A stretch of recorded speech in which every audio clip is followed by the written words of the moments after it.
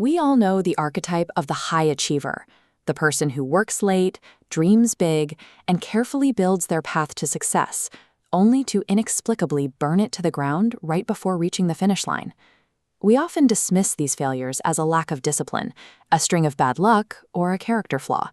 But the psychological reality is much more complex. Most people are completely unaware they are actively orchestrating their own failures. This isn't a sign of weakness. It is a hidden internal conflict where you are fighting an invisible enemy you don't even know exists.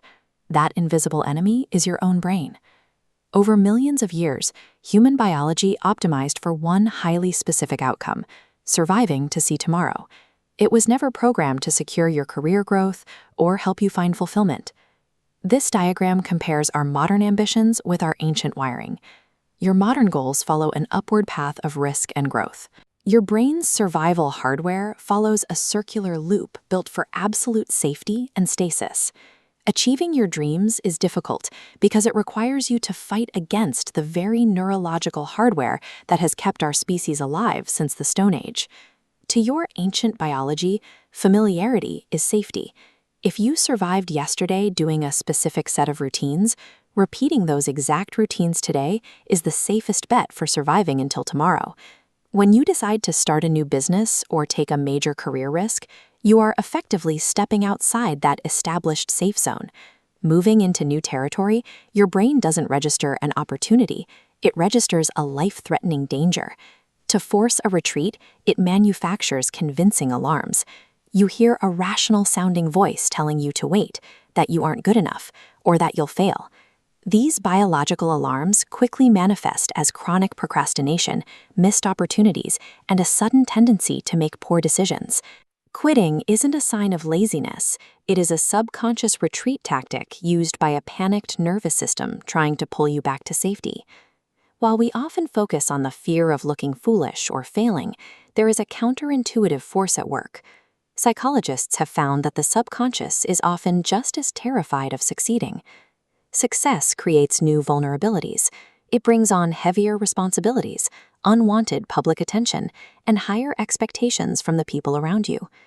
A primitive brain interprets these shifts as severe threats to the baseline stability that has kept it safe for so long. We secretly destroy our own progress because, to our biology, getting exactly what we want feels far more exposing than the familiar disappointment of where we started. The greatest obstacle to your achievement is the prehistoric hardware inside your own skull. Because this is biological, you cannot simply delete millions of years of evolutionary survival software.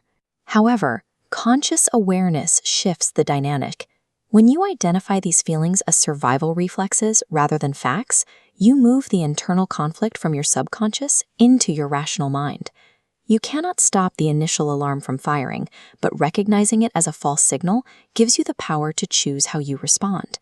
There is a mental tool you can use to bridge the gap between your reflexive fear and your rational goals. You must intervene the precise second a rationalization, excuse, or feeling of unworthiness forms in your mind. In that exact moment, you must stop and ask yourself one simple question: is this reality, or is it just fear? Verbalizing this question forces your prefrontal cortex, the modern, analytical part of your brain, to engage.